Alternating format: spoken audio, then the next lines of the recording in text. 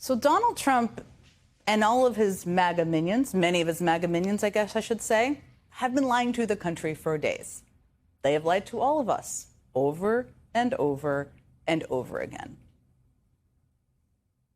Iran's key nuclear enrichment facilities have been completely and totally obliterated. Those pilots hit their targets. Those targets were obliterated.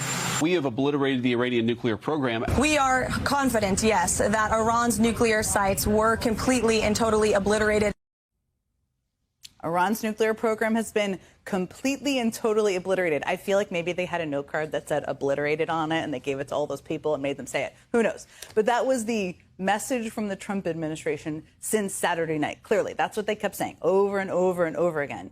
Even, by the way, as top members of the military, including high-ranking people within this administration, were saying it was too early to make an assessment. Because it was too early to make an assessment. And now here are the headlines from this afternoon. Here's one from CNN. Early U.S. intel assessments suggest strikes on Iran did not destroy nuclear sites.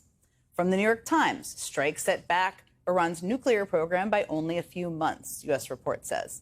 That's according to an initial classified intelligence assessment, which reportedly found that the U.S. strikes on Iran's nuclear facilities, quote, did not collapse their underground buildings and set back Iran's nuclear program by only a few months. In fact, from all this reporting, a lot of it came out this afternoon, it turns out that much of Iran's stockpile of enriched uranium was moved before the strikes, which destroyed little of the nuclear material. In our own reporting, NBC News put an even finer point on it, saying, quote, an initial assessment by the Defense Intelligence Agency concludes that the U.S. airstrikes conducted over the weekend on Iran's nuclear enrichment sites were not as effective as Donald Trump said. To state the obvious, claiming you obliterated Iran's nuclear program doesn't make it so. And it's something that people then assess, including the military.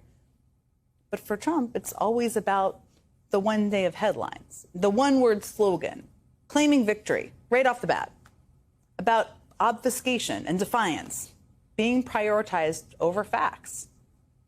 And that will continue, I expect, even in the face of these new facts.